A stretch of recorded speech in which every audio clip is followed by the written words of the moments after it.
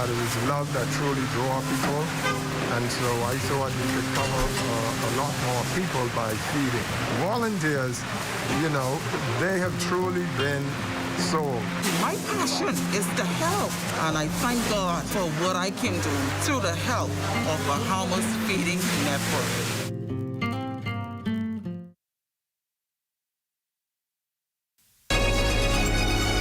#1 team in the North. Only the sun covers the Bahamas better. And that concludes the Bahamas Tonight, the Northern Edition. I'm Raven Davis. I'm Shane Stubbs. Thank you so much for tuning in. The Bahamas Tonight is coming your way next.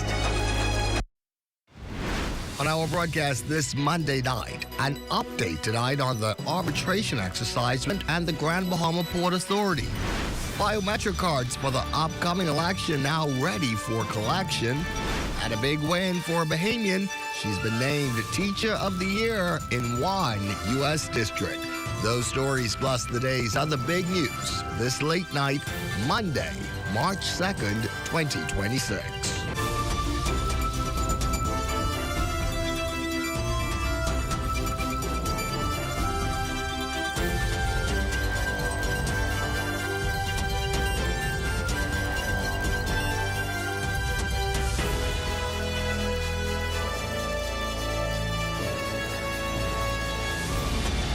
The Bahamas Tonight at 11. The final word starts now. And we are glad to have you looking in with us this Monday night. I'm Corbell Pyfrom. Our big story here at 11, a major legal showdown with hundreds of millions of dollars on the line appears to have reached a turning point. But while a ruling has been issued in the dispute between the government and Freeport's quasi-governmental authority, the public is still in the dark. We get the details tonight from our Leah Cooper. A decision reportedly handed down in the high-stakes arbitration showdown between the government of the Bahamas and the Grand Bahama Port Authority. It's a battle involving claims of up to $375 million. But if you're looking for answers, there's really none to report. Speculation growing following businessman Darren Cooper's comments Monday morning on Grand Bahama radio station Deridum. At the time, he suggested the government may have lost the case. ZNS News, however, reached out to officials on both sides. The response? A firm wall of silence. Arbitration rules, they say, demand confidentiality. The dispute, which simmered for some time, centers on government claims that the port failed to meet key obligations under the Hawksbill Creek Agreement, including infrastructure upgrades, economic development commitments, and regulatory oversight in Freeport. The Davis administration argues the GBPA owes the public treasury roughly $357 million.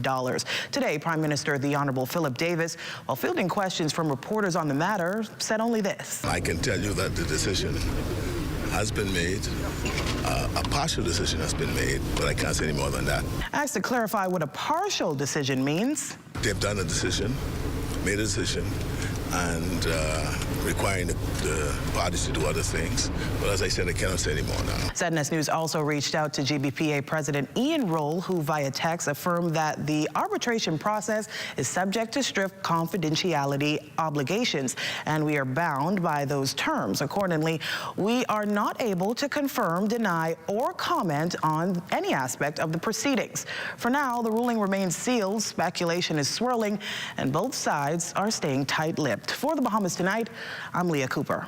And Leo, we will, of course, wait to hear more. Thank you very much.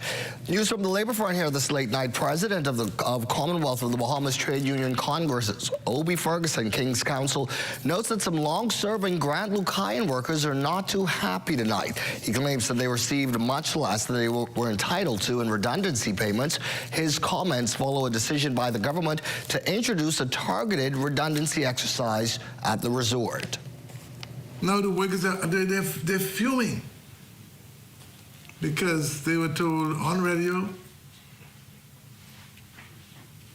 and in the paper that I agreed with those two people, and both of them wait for the government, that I cut a deal, so to speak,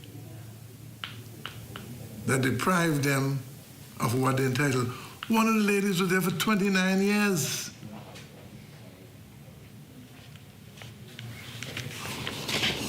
We I don't function like that.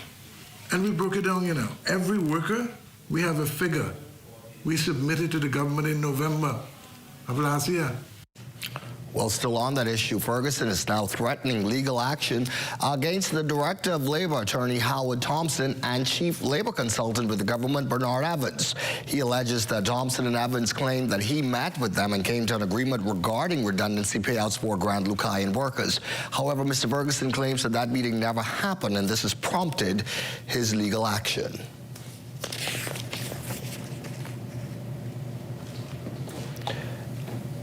Well, dozens of Bahamians will soon be turning keys to homes in Vispin Meadows, a new government subdivision in the Carmichael Road area. Getting a close-up view this afternoon was Prime Minister the Honorable Philip Davis, who, along with Housing Minister the Honorable Keith Bell, toured the area. We're going to continue to build homes. The demand is great. We are attempting to meet that demand. What you see here is just, again, another step in the direction of ensuring that we are providing affordable homes for our people. That said, Housing Minister the Honorable Keith Bell gives us a little more insight about this subdivision.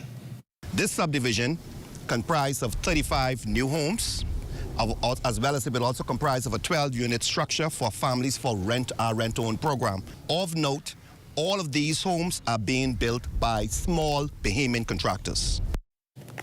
Well, also on the Prime Minister's schedule today, verifying his voter registration to obtain the newly issued biometric voters cards. As Killarney constituency residents, Mr. Davis and his wife headed to the Cable Beach Post Office, where parliamentary registration officials led them through the entire process. Meantime, more than 2,000 registered voters in the Killarney, Carmichael, and St. James constituencies were today eligible to pick up their cards from the Kendall G.L. Isaacs Gymnasium. Parliamentary Commissioner Harrison Thompson says it's all a part of a push to modernize the country's electoral process. We started the process here at the headquarters on Saturday, and we shifted to Kendall Isaacs Gym for the rest of this week and beyond. This is the first phase of the issuing of these cards, and we hope that we'll be able to inform the public very soon as when the other constituencies will be called in to collect their cards. Now, Thompson tells the public to stay tuned for the announcement regarding their constituency. We'll have several public announcements. We'll use a lot of PSA, even on social media, so that the public will be well advanced and well advised as to when to come in to pick up their cards. Note this late night from the world of politics. The Coalition of Independents has to find another candidate to contest the Central and South Eleuthera seat in the upcoming general election. COI Chair Charlotte Green confirming in a release that Christian Hastie has decided to step aside based on personal reasons. Hastie assuring, though, that he'll always stand for the Family Island community. Now, Green says the coalition respects Hastie's decision and thanks him for his willingness to offer himself for national service. The statement adding that despite the development, the COI is committed to the people of Central and South Eleuthera. Hastie's withdrawal comes fresh on the heels of the COI ratifying Mother, Pastor, and Justice of the Peace Dr. Karen Butler as its St. Barnabas candidate after Valentino McKenzie recently backed out that race due to health reasons. Butler will go head-to-head with the governing party's Michael Alcides and the Free National Movement's Jamal Strawn.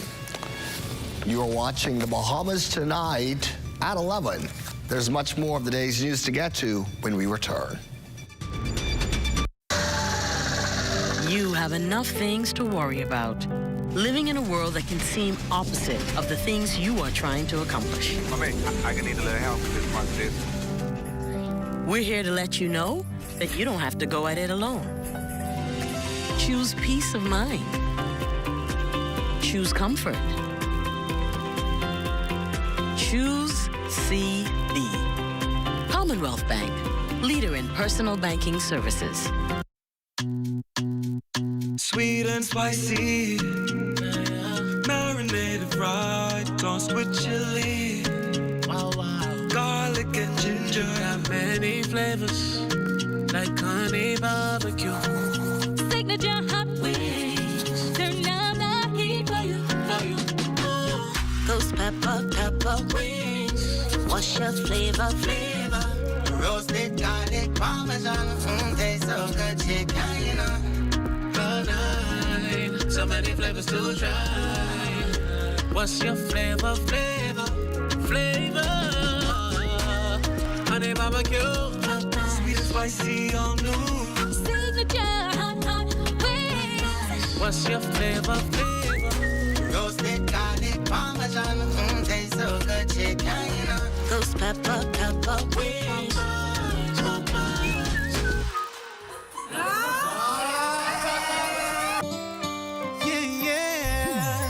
Let's make this moment last forever. Let's start a family together. With a house, a car, and kids. Oh, I love the way we live. I got it covered. BAF has got me covered. So live your life. BAF for life. So live your life. BAF for life. So live your life. BAF for life. BAF has got you covered. I know it.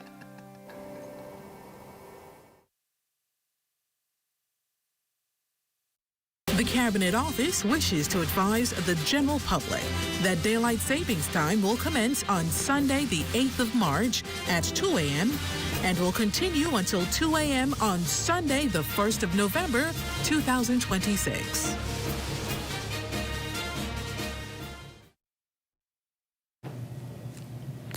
As we continue now with the day's other news, the Ministry of Tourism, Investments and Aviation announcing the 20th annual Bahamian Music and Heritage Festival. The two-day festival scheduled for March 13th and 14th will take place in Georgetown, Exuma, under the theme, Celebrating Our Past, Embracing Our Future. Officials say this year's festival marks 2 decades of honoring the vibrant culture, music, and traditions of the Bahamas, offering an immersive experience that highlights the spirit of Bahamian heritage. The Bahamian Music and Heritage Festival features a mixture of cultural activities, educational sessions, and concerts, making it a must-attend event for locals and tourists alike. It was all about art, wine, culture, and energy. The Bahamas National Dress Retreat on Village Road came alive over the weekend for the 33rd Annual Wine and Art Festival. Our Desmond Saunders and cameraman Victor Adderley captured all the highlights. Hundreds of patrons fill the Bahamas National Trust grounds, sampling more than 50 wines from around the world, indulging in endless culinary delights and supporting a vibrant lineup of Bahamian artists and artisans. From handcrafted pieces to bold murals, the creativity was unmistakable. The festival is usually held in October, but this year, event coordinator Kimberly Knowles noted that organizers made a strategic shift. We are in a national park, and we do have to respect that we have to protect this space. With that being so much water and rain, the grounds were soaked. It would have turned to mud, and we would have destroyed part of the natural beauty that is this park by having that many people on this property. And the move paid off. Patrons Aaron Bodie and Ty Barnaby described the vibe as unmatched, pure positive energy. As a Bahamian, I think it's a good vibe. I think we could get together, have a good time. There's synergy in the house. No violence, no bad energy. The food, the art, the people, the live band, the after party, everything was exquisite. So props to BNT and props to Wine and Art Festival for excellent event this year. From the stage Junkanoo Showcase to the colorful museum display and after party, there was no shortage of entertainment. Artists like Kareem Wilgream drew crowds with interactive pieces that had patrons fully engaged. But the reception was fantastic, especially with the mural. Everybody said it was great. They had a fun time. This is something that I should continue to do because, hey, it's a great piece for people to get involved. Luxury met storytelling at booths like Patricia Shatty's, blending straw, soy candles, and Caribbean identity into every product. 33 years strong and still evolving, Wine and Art Festival 2026 wasn't just an event. It was a celebration of Bahamian creativity, resilience, and community. Thank you. That's our Desmond Saunders reporting for us tonight. Well, put a Bahamian anywhere in the world and you can bet they're going to make history. This is certainly true for Dr. Candace Richardson, who was recently named Teacher of the Year for Gwinnett County, the largest school district in the state of Georgia. Cynthia Ferguson has the details on this prestigious win. A ninth grade biology teacher from right here in Nassau, Bahamas, emerged victorious as the 2027 Gwinnett County Teacher of the Year. And the competition was stiff, too. The list of 142 Teachers of the Year was narrowed down to 27 and then slimmed to 6. And then the one. A vetting and selection process Dr. Candace Richardson says was rigorous and intense, but worth it in the end. It's a very long process, but and it's one filled with, lots of excitement. There are lots of people coming into your room, lots of people observing what you're doing. There's someone that comes and spends the entire day in your classroom, videotaping everything that you do. So it's a very, that's not something that they come out and say, hey, we'll make you Teacher of the Year. And if you think that's impressive, get this. Dr. Richardson's first career was in medicine. Working as a family medicine specialist, she took on a second job as a substitute teacher and landed a role at the Gwinnett Intervention Education Center East, an alternative school for challenged students. When I got here, I really felt like God was saying to me, this is your purpose. This is where I want you to be. I loved it.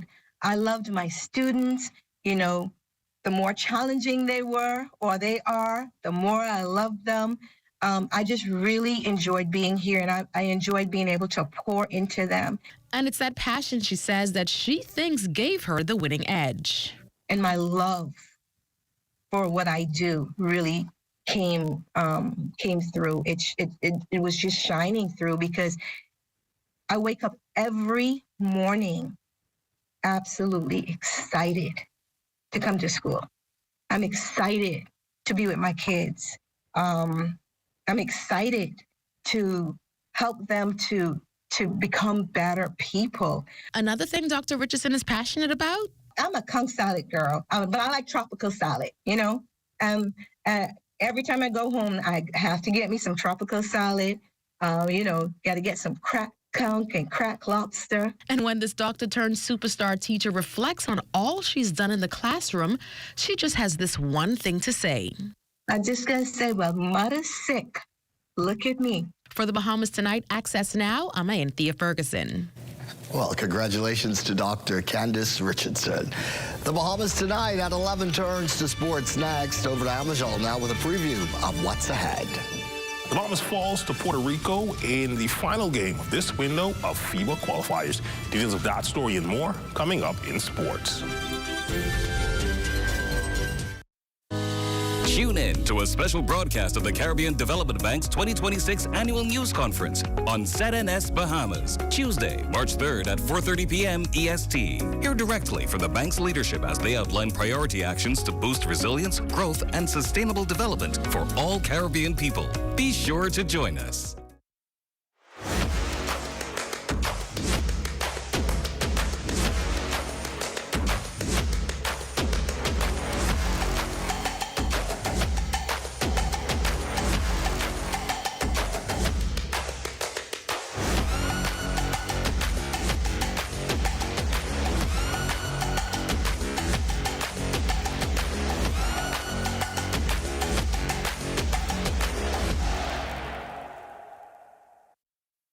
We are here in the time of need.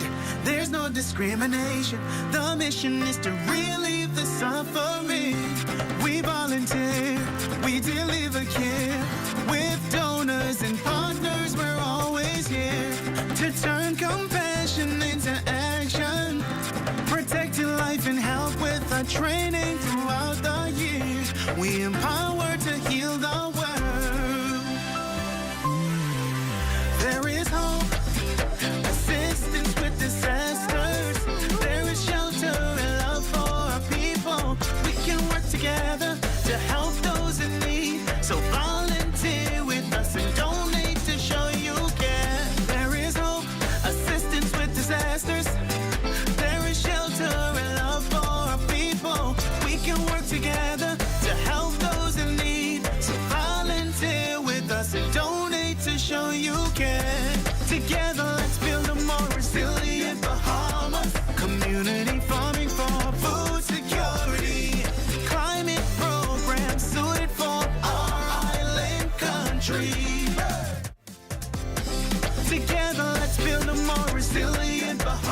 This message brought to you by the Bahamas Red Cross Society in conjunction with the Broadcasting Corporation of the Bahamas. I have been coming to this island since I was 12 years old. It didn't take me long to realize the rich history it has here. When I bought this island in 2018, I fulfilled a lifelong dream. The goal is not only to preserve the memories I made over those years, but to make new ones and to give others the opportunity to do the same. As we go through this process, it has become clear to me, we aren't just rebuilding an island, we're reviving a legend.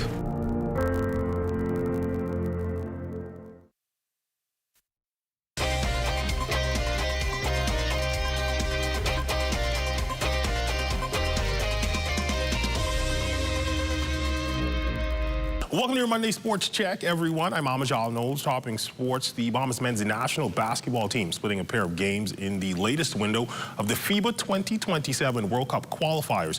After a close, nail-biting win against Jamaica on Thursday, the team would travel to San Juan, Puerto Rico to face the host country.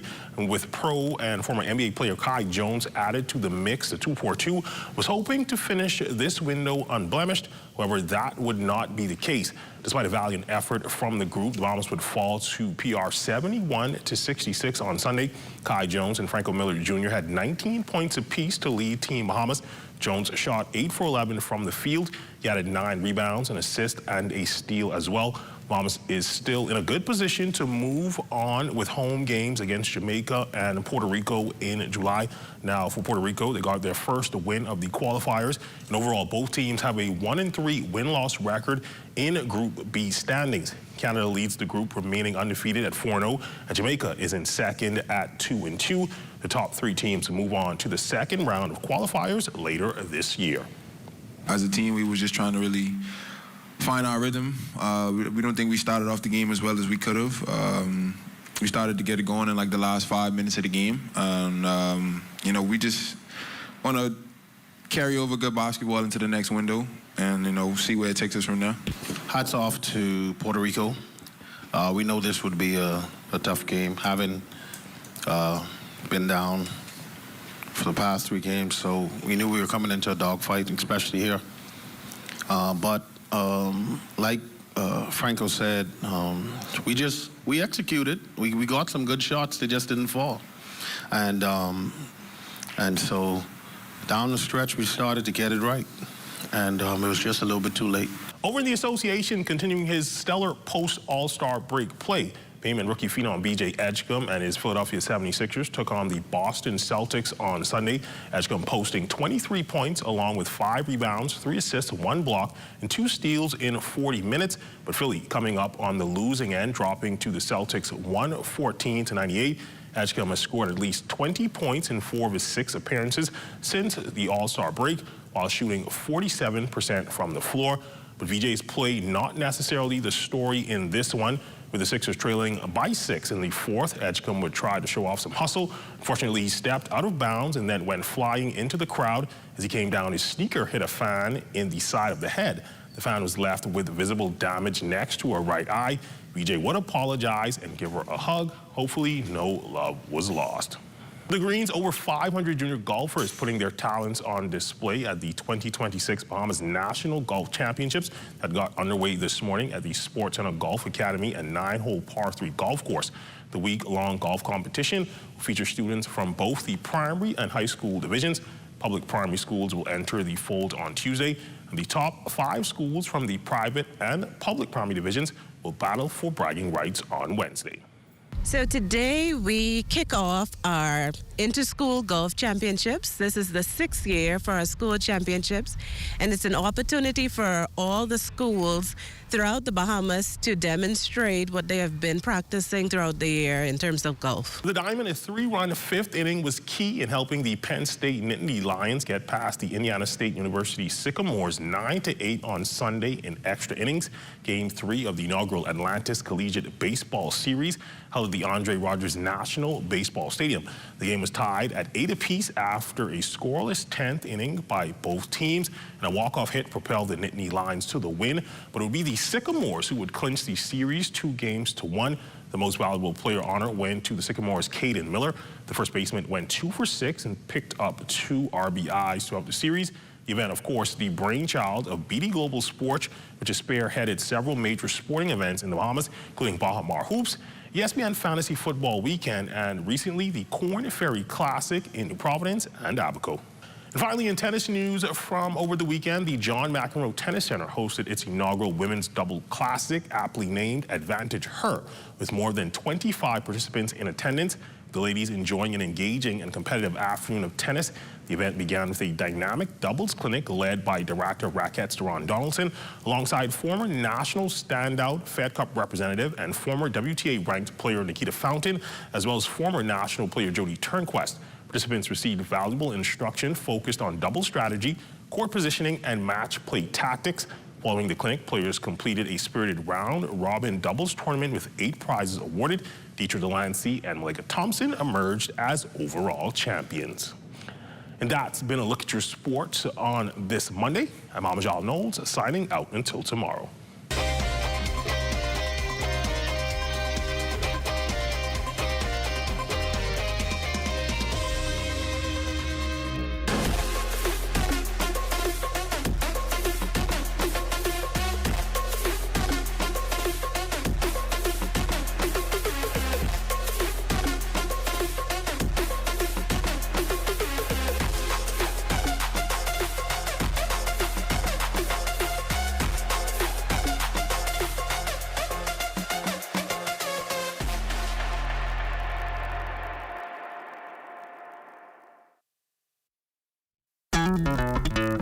Throughout our lifetime, we must all make decisions. No matter how we choose, the right one just needs to be made.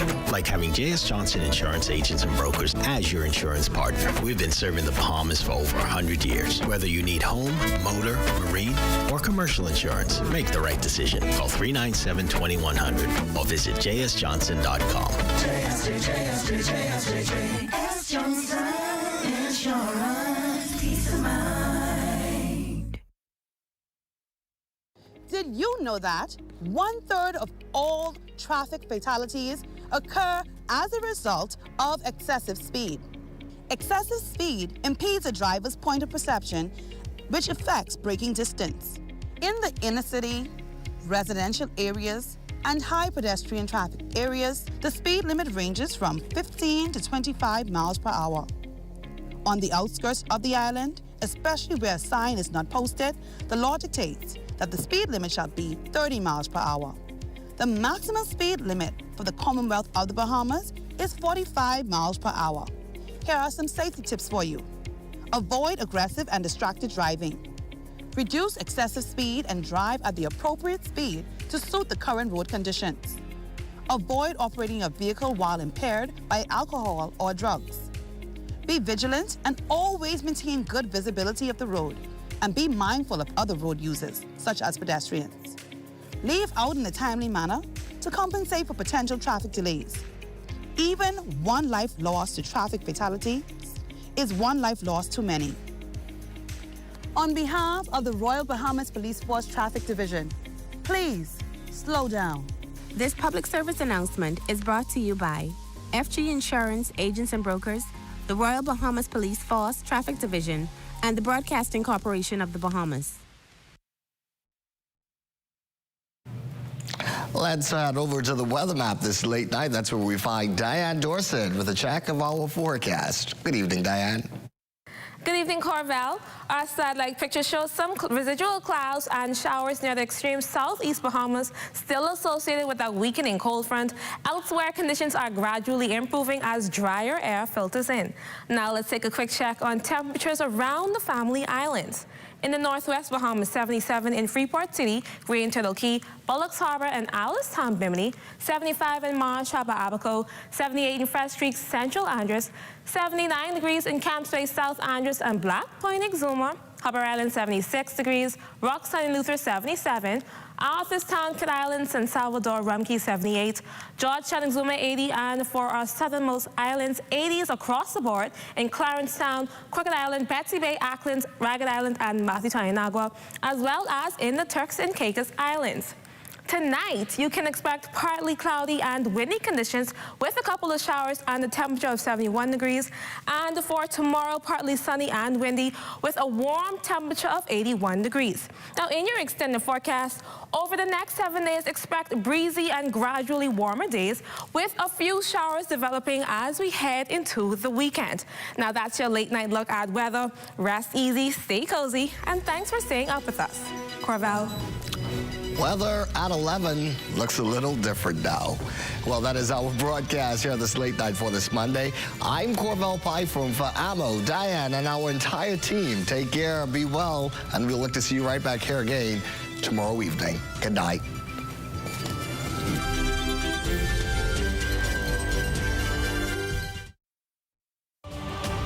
At Centerville, I'm LaDawn Davis. This is ZNS.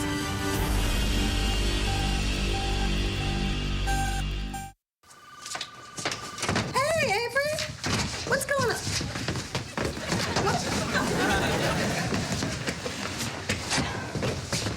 Maya, Yeah. thank you so much for meeting me here. Mr. Dent. Hold on. Avery, you know, I don't give any advice without payment up front.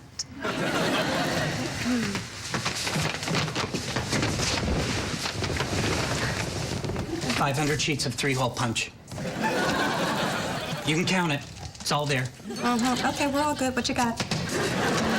Mr. Dent has me working so many late nights. How did you keep your life together given the pace? Oh, you gotta suck it up, honey. You work for a senior partner. They work late. There were times when William had me slaving here until 7, sometimes 7:30 at night. I'm usually here till 3 or 4 in the morning. Oh, hot damn, he is working you like a mule. And he never leaves except to catch a second wind at the J spot. What would you do in my position? I don't know. You know, I always had an ace or two I could pull. You know, one, I